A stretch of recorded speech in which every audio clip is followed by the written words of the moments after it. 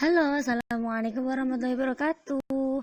Kembali lagi dengan saya, Hidayat Nur Istiqomah, akan menjelaskan tentang organisasi pendidikan di dalam sekolah. Cek videonya ya. Pada pembahasan ini, kita akan membahas 3 sub pembahasan. Yang pertama, pengertian organisasi pendidikan. Yang kedua, tujuan dan manfaat organisasi. Yang ketiga, organisasi pendidikan dalam sekolah. Nah, mari kita simak ya video baik-baik. Seperti yang kita tahu, manusia adalah makhluk sosial. Maksudnya apa? Maksudnya, manusia nggak akan bisa hidup tanpa bantuan orang lain. Nah, karena sifat manusia sebagai makhluk sosial inilah, manusia saling tolong-menolong terhadap kepentingan yang ada padanya. Nah, sikap saling membantu dalam mewujudkan tujuan inilah yang menyebabkan terbentuknya organisasi. Nah, contohnya seperti yang ada di gambar. Dalam gambar pertama, manusia membutuhkan pemikiran orang lain dalam berdiskusi.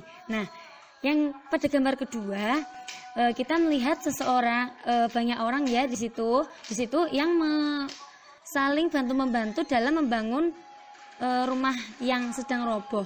Nah, seperti halnya pensil warna. Nah, ketika warna itu untuk menghasilkan gambar yang indah perlu pensil warna yang warna-warni. Begitu juga manusia untuk menghasilkan segala sesuatu yang indah, yang baik dan istilahnya supaya tujuan itu cepat tercapai, maka adanya gerakan saling membantu.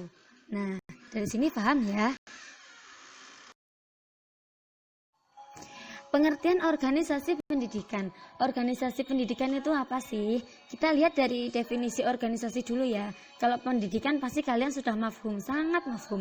Organisasi itu secara bahasa, kalau berasal dari bahasa Latin, asalnya itu organum, yang berarti alat.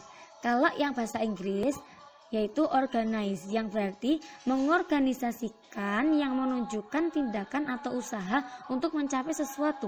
Nah, secara istilahnya, organisasi itu apa sih? Secara istilah, organisasi adalah kesatuan sosial yang dikoordinasikan secara sadar dengan batasan yang relatif dapat diidentifikasi, yang bekerja atas dasar yang relatif terus-menerus untuk mencapai suatu tujuan bersama. Maksudnya itu orang-orang itu berkumpul jadi satu wadah. Nah, hasilnya itu tujuannya itu untuk mencapai suatu tujuan yang sama. Nah, bila dikaitkan dengan organisasi pendidikan, yaitu orang-orang yang melakukan aktivitas pendidikan untuk mencapai tujuan pendidikan yang diinginkan. Nah, seperti contohnya kepala sekolah, terus guru, terus ada siswa. Nah, itu kan nggak mungkin ya kalau bekerja sendiri-sendiri. Contohnya itu kalau guru bekerja tanpa adanya murid, terus siapa yang diajar? Terus kalau murid tanpa ada guru, terus siapa yang mengajar? Terus ada guru, ada siswa, tapi tidak ada manajemen yang berarti. Contohnya tidak ada kepala sekolah atau kegiatan administrasi, dan itu pun pendidikan di sekolah tidak akan berjalan. Nah, seperti itu ya.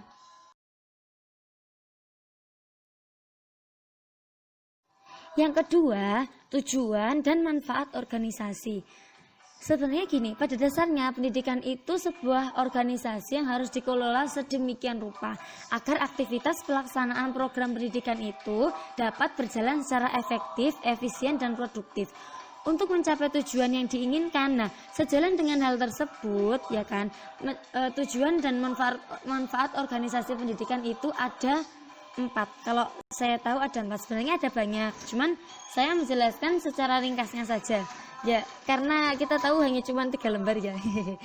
Yang pertama, langsung saja, yang pertama itu mengatasi keterbatasan kemampuan, kemauan, dan sumber daya yang dimiliki dalam mencapai tujuan pendidikan. Maksudnya gimana? Setiap manusia itu kan punya kemampuan yang berbeda. Maksudnya kemampuan, kemauan, sumber daya yang berbeda-beda. Nah, karena perbedaan inilah manusia itu dapat mengkolaborasikan perbedaannya menjadi suatu hal yang dapat menjadi ketercapaian tujuan organisasi pendidikan. Maksudnya itu saling melengkapi gitu loh. Nah, saling melengkapi. Yang kedua, terciptanya efektivitas dan efisiensi organisasi dalam mencapai mencapai tujuan pendidikan. Nah, karena adanya rasa saling tolong menolong itu, tujuan pendidikan dalam sekolah itu cepat tercapai. Karena kan orangnya banyak ya, jadi semakin banyak orang yang bekerja dan kompak, itu pasti tujuan pendidikan itu cepat tercapai. Nah, yang diperlukan adalah adanya rasa saling membantu dan kekompakan di antara anggota organisasi. So, intinya seperti itu ya. Yang ketiga, dapat menjadi wadah pengembangan potensi dan spesialisasi yang dimiliki. Sebenarnya ini hampir sama ya dengan poin pertama, karena manusia itu memiliki potensi dan spesialisasi yang berbeda-beda. Nah, hal ini dapat menjadi pelengkap pengembangan potensi yang dimiliki. Ya, seperti yang saya jelaskan tadi ya, tujuannya supaya terjadi kolaborasi di antara anggota. Nah, karena semakin banyak kolaborasi, semakin banyak perbedaan, maka akan semakin banyak warna dan semakin banyak tujuan dan manfaat yang dapat tercapai. Nah, yang keempat adalah menjadi tempat pengembangan ilmu pengetahuan. Nah, karena adanya potensi yang berbeda yang dimiliki manusia itu dapat menjadikan ilmu pengetahuan berkembang. Perkembangan ilmu pengetahuan itu tak luput dari adanya proses kolaborasi di antara anggota organisasi. Contoh, ketika saya itu ngalim ilmu fikih umpama. Nah, terus teman saya itu pintar ilmu biologi. Nah, terus kita kolaborasikan ya. Kenapa sih Allah itu menciptakan segala sesuatu? Contohnya syariat ya. Syariat itu ada halal dan haramnya. Kenapa sih daging babi itu haram kan? Nah, setelah ditinjau dari segi fikih itu kan daging babi haram.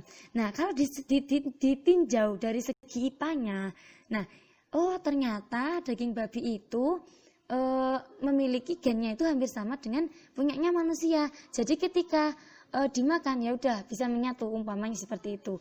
Karena sifat babi itu yang mohon maaf ya, babi itu kan tidak pernah memiliki rasa cemburu.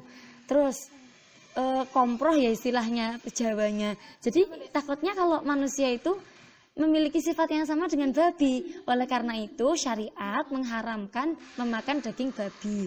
Nah, itu kalau dikolaborasikan maka akan menjadikan ilmu pengetahuan itu semakin berkembang gitu. Maksudnya seperti itu. Jadi tidak luput ya, organisasi itu harus saling membantu, saling kolaborasi, saling kompak dan saling percaya di antara masyarakat di antara sesama anggota. Jadi supaya pengembangan yang dimiliki tujuan itu semakin tercapai. Ini pembahasan yang terakhir ya, yang nomor 3, organisasi pendidikan di dalam sekolah. Nah, sebenarnya organisasi itu seperti manusia, yaitu harus pandai menyesuaikan diri dengan lingkungannya. Nah, kalau pengen hidup yang lama, kita kan kudu bisa menyesuaikan diri dengan lingkungan ya. Nah, sama juga dengan organisasi. Ketidakmampuan organisasi menyesuaikan diri dengan lingkungannya akan menyebabkan organisasi tersebut mengalami masalah serius, bahkan berakhir dengan kematian atau kerugian. Jadi organisasinya itu mati. Jadi kita harus kompak ya.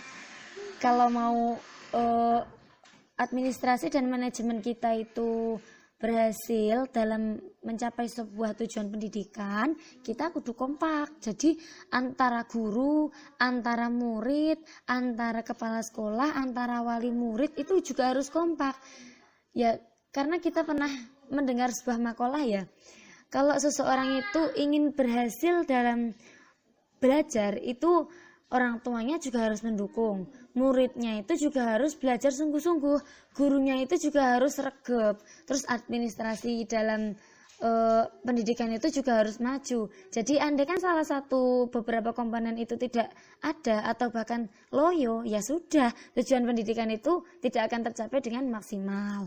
Nah, dalam kondisi pendidikan di Indonesia itu ya, termasuk yang berkaitan dengan madrasah, perubahan tersebut dapat dinilai pada berbagai hal, mulai dari kebijakan penyelenggaraan dari pemerintah sampai dengan perubahan hasil perkembangan ilmu pengetahuan dan teknologi. sekolah atau madrasah sebagai organisasi pembelajar merupakan kumpulan dari individu-individu pembelajar yang ada di dalamnya. Jadi membentuk ya, masuk ya organisasi tadi kan orang-orang yang dalam satu wadah itu dalam tujuan yang sama. Di samping itu, sekolah atau madrasah dapat dikatakan sebagai organisasi pembelajaran apabila memiliki ciri-ciri. Yang pertama, sekolah atau madrasah itu memberikan kesempatan dan mendorong setiap individu yang ada di dalamnya untuk terus belajar dan memperluas kapasitas dirinya. Yang kedua, sekolah atau madrasah tersebut merupakan organisasi yang siap menghadapi perubahan dengan mengelola perubahan itu sendiri. Dengan demikian, dapat dilihat bahwa yang ada di dalam suatu sekolah atau madrasah tersebut bukan sesuatu yang terjadi secara alami dan juga bukan sesuatu yang terjadi secara kebetulan. Selanjutnya, capaian dalam organisasi pembelajar. Apa saja sih capaiannya? Yang pertama, public and team learning, yaitu pembelajaran tim dan pembelajaran umum. Jadi maksudnya itu ya seperti yang tadi itu ya. Semakin kita kolaborasi, semakin kita itu berbagi atau sharing dalam ilmu pengetahuan, maka ilmu pengetahuan kita akan bertambah.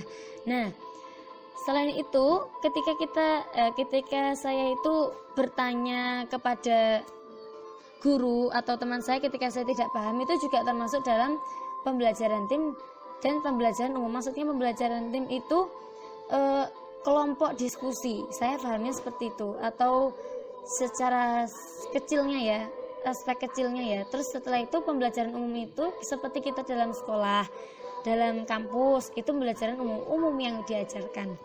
Yang selanjutnya, acting in high level of ambiguity, bertindak penuh makna dengan memperhitungkan berbagai kemungkinan. Nah, jadi kan adanya administrasi dan manajemen itu kita mengevaluasi, ya kan? Nanti di akhir itu akan ada evaluasi. Jadi kita coba beberapa kemungkinan, kita coba beberapa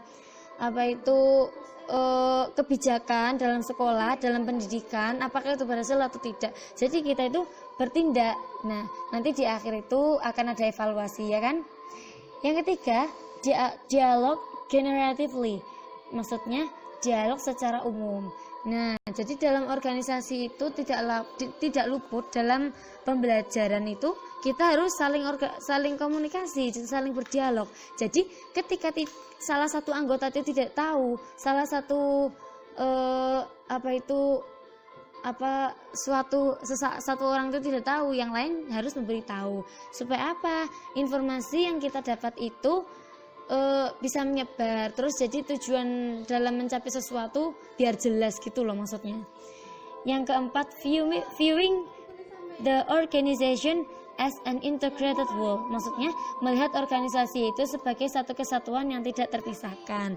Jadi penting ya, kalau kita dalam organisasi apapun itu kita tuh harus kompak. Jadi tidak boleh adanya saling menyembunyikan informasi, saling curiga, itu tidak baik. Jadi kita harus saling bersatu, harus saling menguatkan, harus saling kerjasama untuk mencapai tujuan pembelajaran. Sudah sekian ya, itu yang capaian organisasi pembelajaran. Alhamdulillah telah selesai materi yang saya sampaikan. Saya Hidayatul Istiqomah dari kelas Tadris IPA B IAIN Ponorogo mengucapkan terima kasih sudah menyimak video saya. Akhiron, wassalamualaikum warahmatullahi wabarakatuh.